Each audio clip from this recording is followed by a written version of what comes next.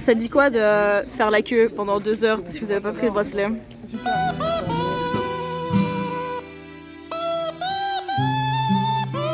Bonjour. Bonjour. Petit vlog, je fais jamais ça, je fais jamais de vlog. Mais petit vlog Polymanga. Premier jour c'est en Kobeni, les autres jours je sais pas encore. En vrai j'ai juste Kobeni ou Kana, donc bon. On va éviter de faire des gros plans comme ça dans mon gros faciès, histoire que vous ne soyez pas traumatisés. Comment ça va Nel? Je marque quoi? 2 secondes? Merci, ça va bien. Ah, je te dérange pas.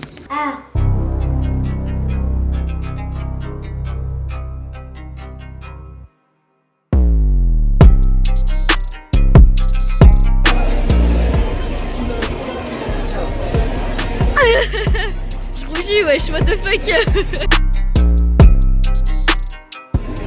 Bah alors, ça va jouer à El Ring ou quoi? Mais non, vraiment? Incroyable. Ah waouh, c'est Nintendo. T'as peur. Oh, il est beau hein. Hey, yo man. Excuse-moi, t'as trop la classe mec. Oh non. Elle failli être assommée frère.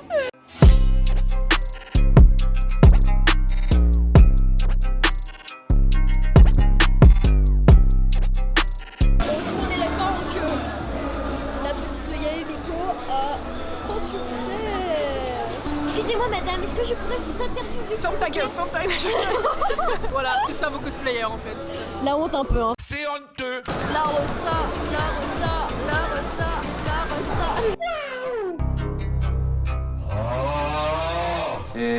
プロデューサーは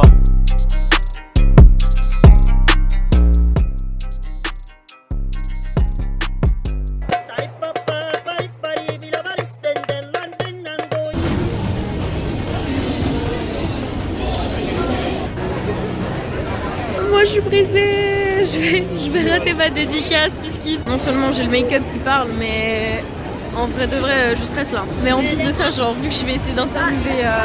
Bah là je vais essayer d'interviewer Romain Jacques. Si juste après ça il y a son interview, ça veut dire que j'ai réussi.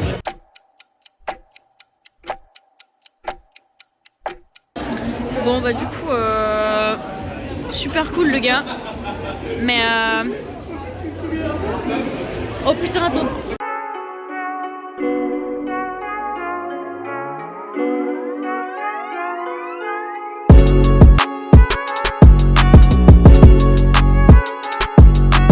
Petit vlog. C'est un vlog. Karaoké ou quoi les Le gars? caméraman nous a zoomé dessus, d'accord? Est-ce que c'est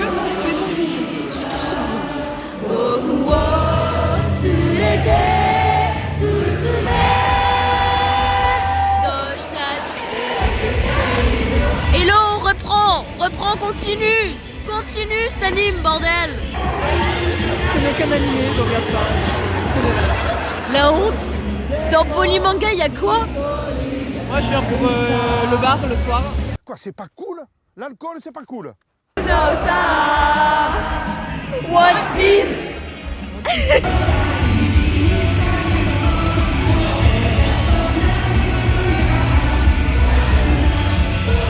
Bienvenue à la Polymanga en fait.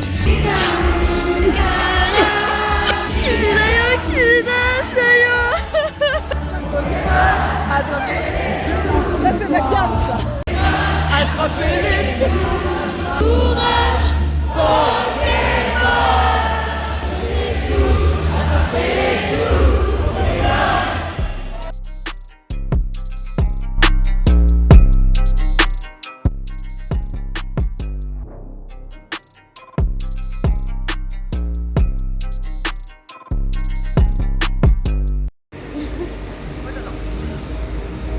Qui même me suivent.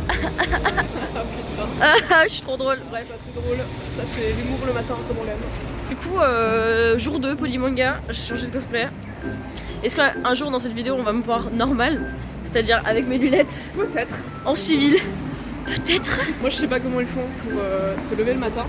Déjà elles prennent 1 milliard d'années pour se préparer. Et en plus, pour marcher dans le froid et attendre pendant 1 heure. Je comprends pas. Aujourd'hui on va essayer d'interviewer Tonton. Toujours une queue aussi énorme. Je Évidemment, je parle pas de l'âme. Oui. C'est vrai, je confirme. Ah.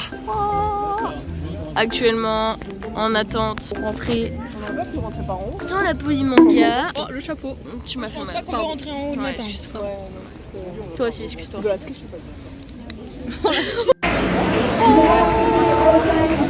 Enfin, à l'intérieur, bordel. On essaie tant bien que mal de se faufiler dans la masse et d'aller au concours cosplay.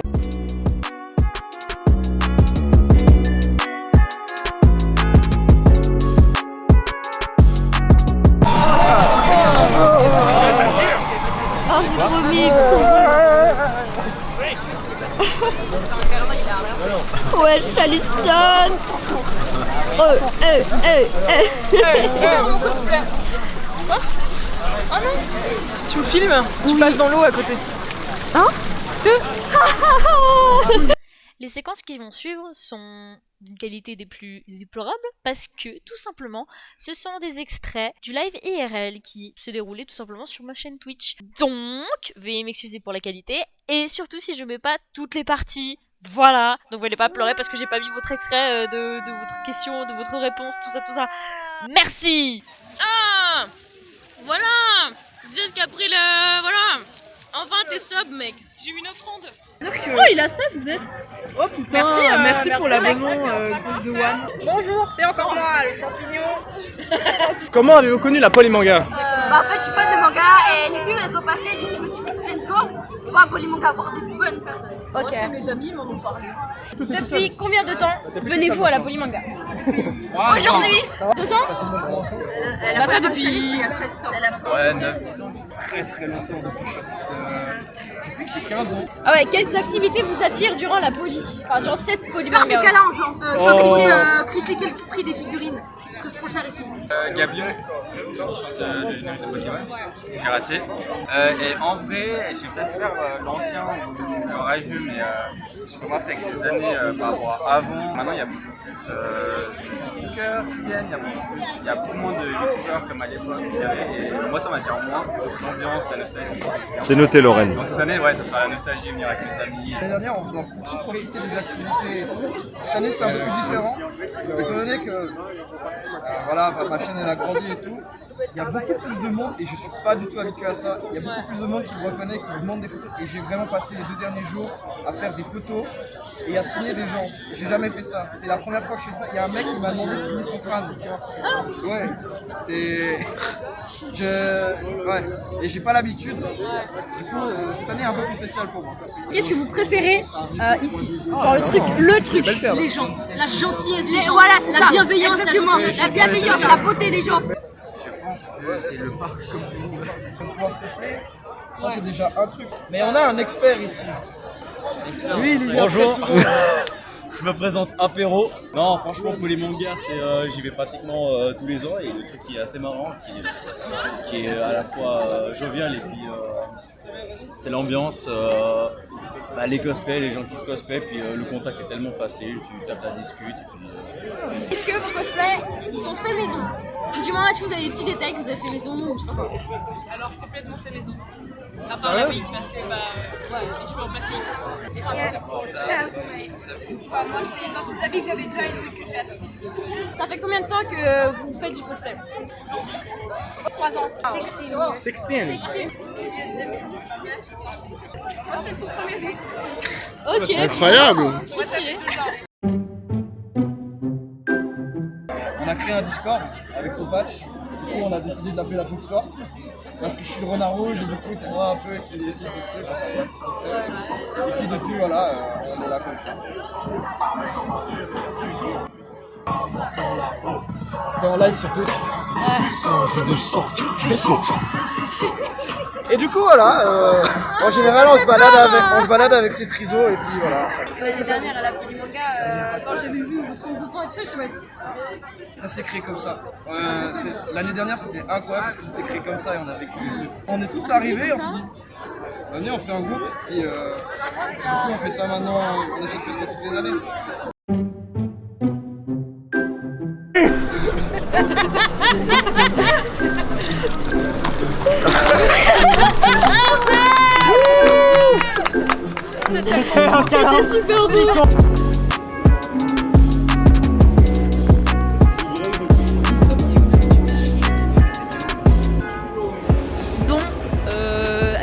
en train de chercher les potes. Mais c'est la fin de journée. Du coup, je sais même pas s'il y en a, ils sont partis ou je sais pas quoi. Il y en a, ils sont dans la salle Stravinsky. Du coup, bon. Je promène avant de clôturer cette dernière journée. Qu'est-ce que je dis? Cette deuxième journée. La fatigue.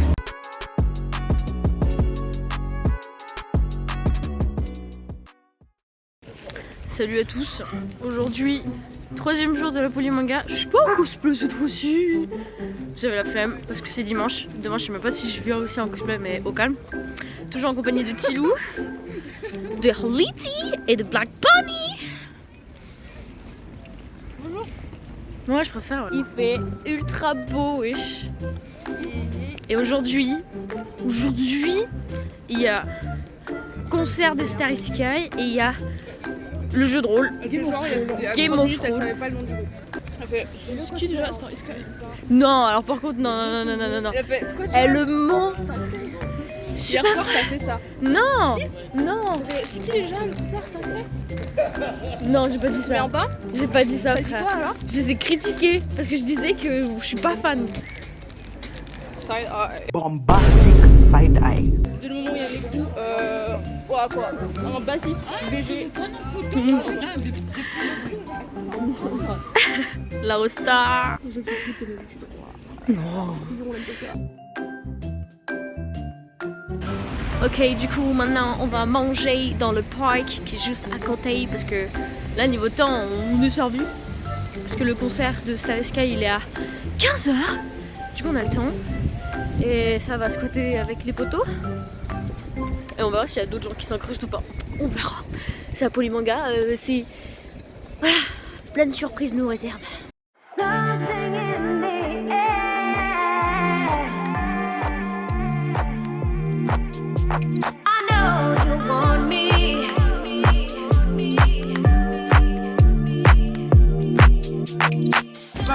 Du coup maintenant on est avec Cyril, Rudolfo et j'ai oublié leur nom.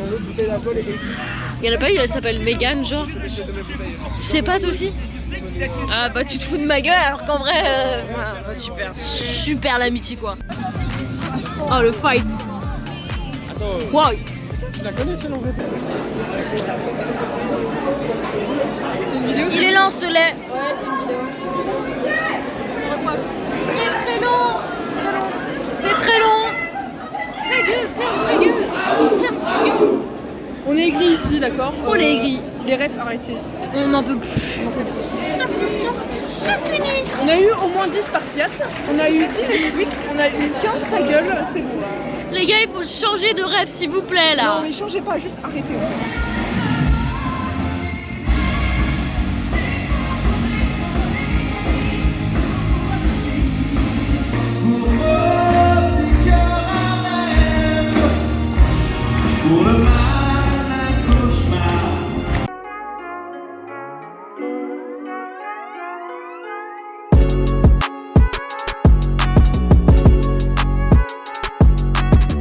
Actuellement, nous attendons le début du Game of Thrones. Exactement. Mais malheureusement, nous avons du retard. Et après, je sais pas combien de temps de retard. On va dire 1 heure. Tilona, tu as fait les calculs. D'après toi, combien de temps de retard? Combien de temps de retard en tout? Ouais, enfin pour le live là, pour le direct. À la base, ça devait commencer à 17h45. 17h45 et il est 18h34. Voilà. Un peu moins d'une heure de retard. Ouais. Sur scène. C'est censé finir à 20h15. Ça va finir à 21h. L'organisation pas folle. Arrête. C'est pas toujours facile. Hein. Si tu critiques, fais mieux. Bon voilà, ils ont fait le petit setup. Tard les fous, commence dans 7 minutes à peu près. On vous soutient, mes très chers streamers, on vous soutient. J'ai l'impression d'être une daronne qui filme son fils. Ouais, fiston! Ouais, fiston! Je vais appeler notre hôte sur Twitch, c'est-à-dire la personne qui héberge la chaîne, qui est Mister MV. Mister MV, viens.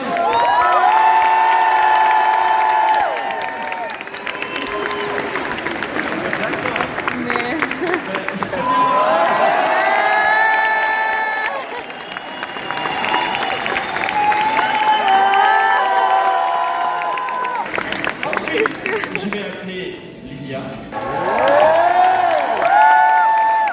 Bagheera.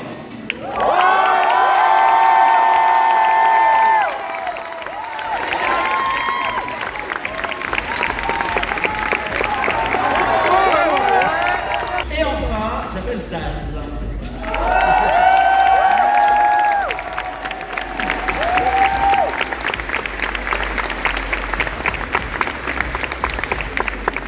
Bon les copains oula Game of Thrones c'était plutôt drôlox.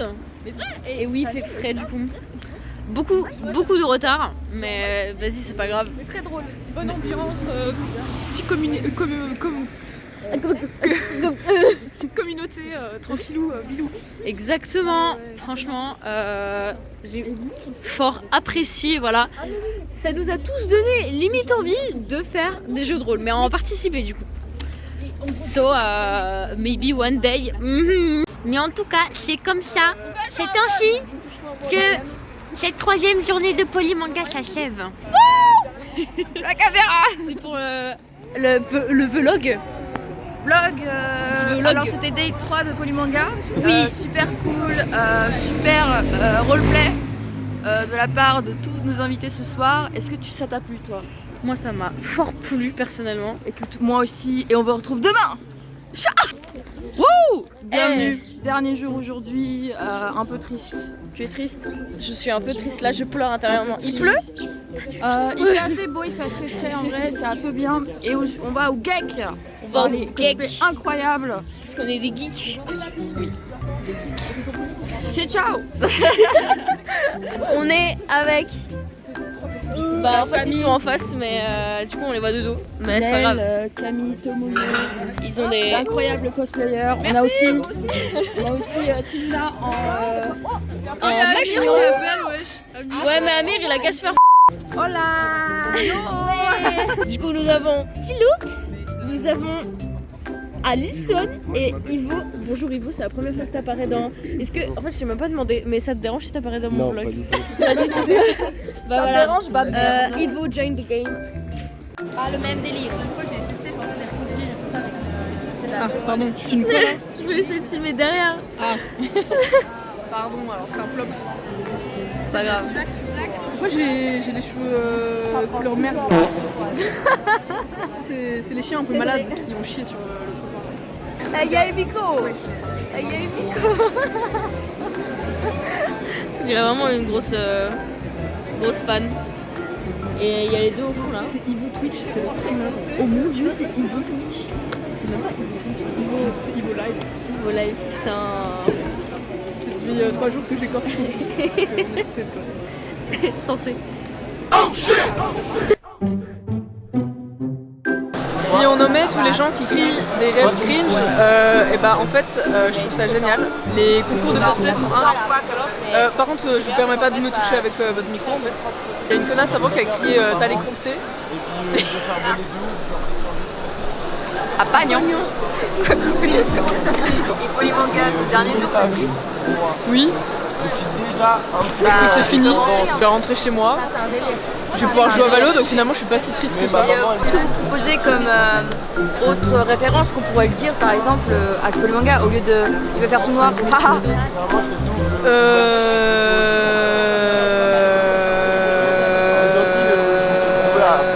C'est pas mal. Moi je dirais est-ce que c'est bon pour vous? Et tout le monde dirait c'est ciao. Nous avons Little Tomoyo, bonjour.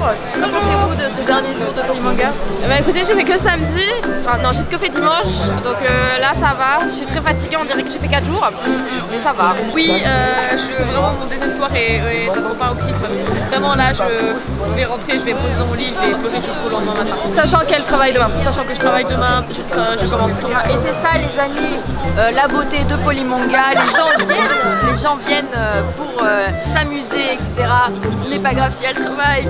Et je vous souhaite à toutes et à tous une très belle Polymanga, un très bon bonjour. Et moi, c'est ciao.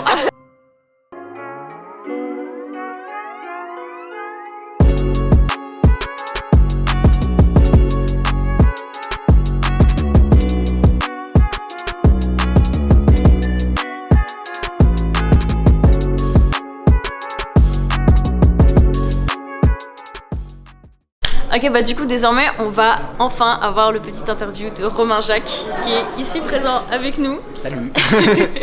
Du coup désormais on est en compagnie de Tonton ici présent. Et maintenant on se retrouve avec le groupe de Game of Thrones pour leur interviewer. Alors méga bien accueilli déjà, franchement c'est hyper cool, les gens sont ultra sympas, ça fait trop plaisir de pouvoir rencontrer un peu les gens, de discuter etc. Donc non, j'étais déjà venu l'année dernière à la Polymanga en mode visiteur et j'avais déjà trop aimé, et puis là aussi d'être invité comme ça c'est vraiment un vrai kiff, donc vivez les conventions et il faut qu'il y en ait plus quoi, c'est vraiment trop cool. Bah, c'est assez naturel parce que c'est un endroit où je viens déjà depuis quelques années vu que j'habite pas très loin, mais c'est vrai que c'est la première fois que deuxième fois parce qu'on m'a déjà invité l'année passée, que je viens un petit peu en tant que personne plus ou moins inconnue pour faire des dédicaces, des shows. Donc c'est vrai que même si l'année passée en tant que première fois c'était un petit peu plus spécial pour moi de rencontrer les gens vraiment comme ça pour la première fois, voilà, deuxième année d'affilée, je sais un peu comment ça se passe et donc en plus j'ai une communauté tellement incroyable que bah, c'est super bien passé quoi, et ça se passe toujours super bien. On est arrivé il y a 1 heure. Ouais. En vrai, ouais. C'est la 10e fois que je viens et à chaque fois c'est incroyable. Rempli d'émotions bien entendu, nous sommes très bien accueillis même si certains ont des plus belles chambres d'hôtel que d'autres. Ouais. En gros, avant de faire du streaming, je montais sur scène. J'étais humoriste et improvisateur théâtral. Et à cause du Covid, j'ai dû arrêter de monter sur scène parce que les théâtres étaient fermés, ce genre de choses. On va dire que j'avais pas envie de dépendre d'un métier qui pouvait s'arrêter un peu tous les 3 mois. Enfin, en tout cas, c'était ma façon de penser à l'époque où j'étais en mode genre ouais, ça fait chier, je peux plus monter sur scène, je peux plus rien faire. Et du coup, j'ai commencé à faire des vidéos sur TikTok. Et on va dire de fil en aiguille, je suis passé de faire des vidéos humoristiques TikTok à faire des trucs un peu plus orientés jeux vidéo. Et en même temps, je me suis dit putain, en fait, Twitch, moi, c'est une plateforme que je suis depuis pas mal d'années, tu vois. Je me suis dit putain, c'est peut-être l'occasion en fait de partir sur Twitch. Donc j'ai vidé mon compte bancaire. On m'a acheté un setup. C'est pas ça, je recommande pas de le faire. Si tu lances sur Twitch au début, prends pas un truc trop cher, mais moi j'ai fait ça parce que voilà. Puis je pense que j'étais assez persuadé que ça puisse fonctionner. Donc j'ai fait ça puis je me suis lancé quoi. Très simplement, je regardais moi-même des gens jouer, partager des choses sur Twitch et je jouais déjà beaucoup à l'époque. Et donc c'est vrai que simplement je me suis dit que voilà, si j'appréciais regarder d'autres personnes jouer, il est possible que je puisse partager moi aussi mon gameplay et me dire que peut-être d'autres personnes trouveront ce que je trouve moi dans ces personnes. Et c'est vraiment venu comme ça en fait. J'aime bien raconter des histoires.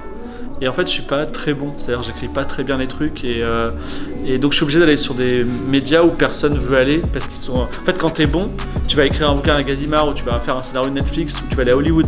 Et quand t'es pas bon, bah tu vas partout ailleurs.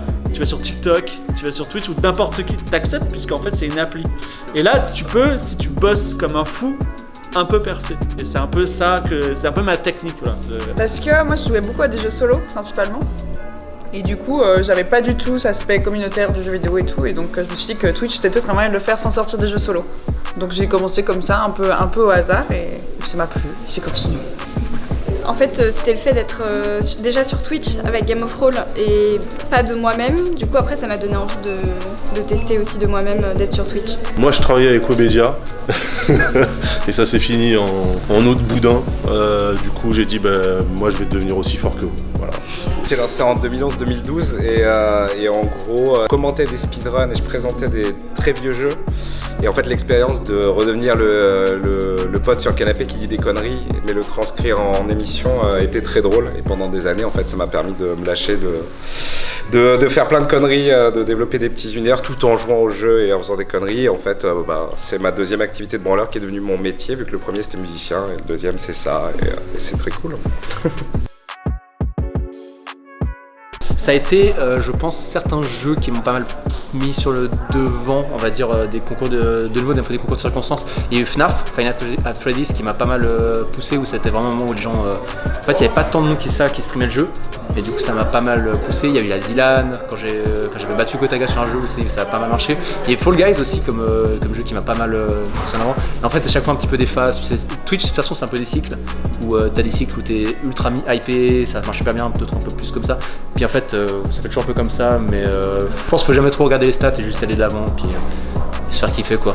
Alors je dirais que c'est avant tout un travail vraiment de tous les jours assez linéaire sur toutes ces années, mais c'est vrai qu'il y a des événements qu'on fait quand même pas mal de buzz ou qui ont été vus par pas mal de personnes, comme des RPZ, des Z-Event, des 11 All Stars bien sûr, qui font toujours se mélanger beaucoup de communautés. Donc c'est vrai notre visage apparaît pour la première fois à des milliers ou millions de personnes pour certains événements. Donc c'est sûr que ça aide pas mal quand même, ça fait des gros coups de pouce. Webedia, la JVTV nous a sollicité pour faire une émission de jeux de rôle qui s'appellerait Game of Roll. À l'époque, on faisait 800 viewers, not great, not terrible aujourd'hui, mais c'était quand même très très bien pour l'époque, surtout pour une émission de jeux de rôle. Il n'y en avait pas d'autres en stream Twitch à l'époque. Et aujourd'hui, on n'a pas arrêté. Ça reste de niche, mais ça fait son petit bout de chemin. Moi, il y a eu principalement RPZ, qui a été l'événement où je pense beaucoup de gens m'ont découverte avec mon personnage d'Antoine Croûte, mais sinon ça a été plusieurs événements. J'ai eu la chance de faire 2 The Event, des trucs comme ça. Puis ensuite, on fait son petit chemin quoi. Pas vraiment percé, mais Game of Roll, ça m'a permis d'avoir déjà une base d'audience quoi, sur Twitch. Moi j'ai pas percé non plus. Enfin, ça dépend si les sauces Twitter c'est considéré comme du perçage ou pas. Non, moi j'ai pas percé, je considère pas avoir percé quoi que ce soit, il y a encore plein de trucs à faire. Au fil des années, il y a eu plein de choses.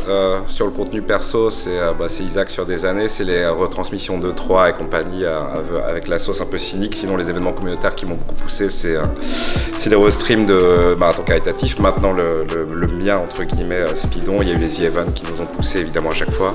Des trucs comme RPZ aussi, enfin il y a eu plein d'événements communautaires qui ont poussé au fil des années, mais bon, c'est un travail de longue haleine, mais ouais, il y a eu pas mal de push, clairement. Et je voulais rebondir sur ce que tu as dit, de toute façon il y a toujours quelque chose à faire, même si quand on est au bout, on n'est pas vraiment au bout genre. Mais déjà on sait jamais quand on est arrivé, on a déjà du mal à savoir quand on est parti, donc fais ton truc et ça marchera.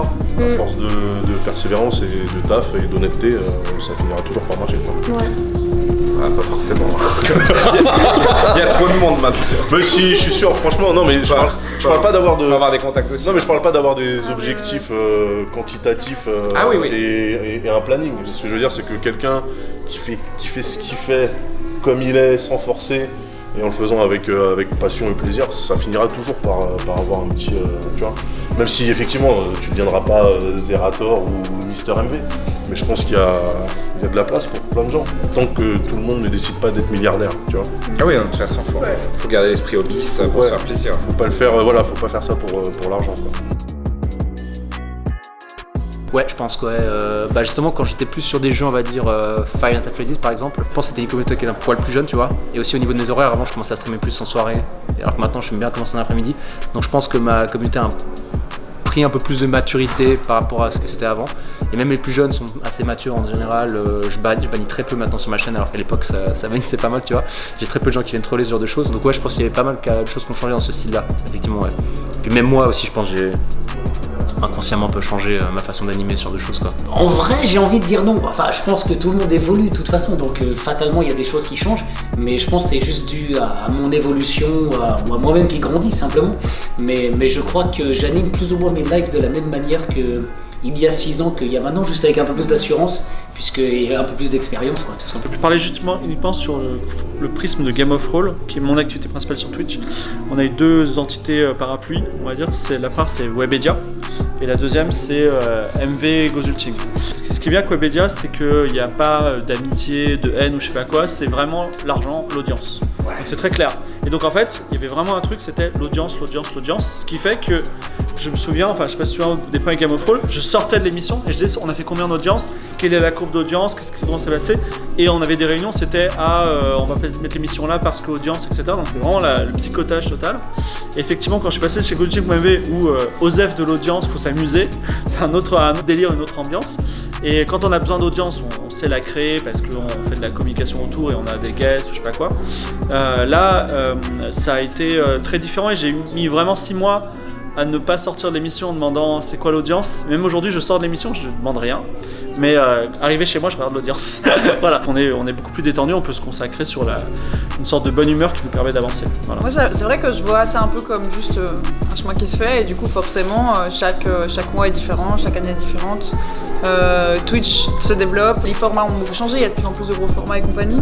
Mais c'est vrai que moi, ça m'a pas marqué parce que de manière très égocentrique, je fais mon petit chemin dans mon coin. Et en fait, je sais qu'il y a beaucoup de changements, mais pour l'instant, de mon côté, je les ai pas subis. Moi, je remarque pas tout ça parce que ma chaîne, elle est trop jeune, elle a même pas 1 an, donc... Attends, t'as vachement évolué positivement. Oui, non, mais je veux dire, j'ai pas de cycle, tu vois, enfin, c'est trop tôt encore, il y a pas de... Donc moi, pour le moment, rien n'a changé. Moi, je constate qu'on a changé de paradigme, parce que j'aime bien mettre des mots avec des syllabes.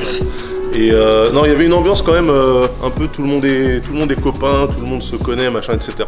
Et là, je trouve que ça commence un peu à se balkaniser. Je trouve qu'à une époque, c'était vraiment quand t'arrives à l'école et que c'est la rentrée et que personne se connaît, donc tout le monde est ami par défaut, tu vois. Et là, je sens qu'il y a quand même des petits groupes qui se créent, des machins. Ça a toujours été des petits groupes, mais là, tu les vois.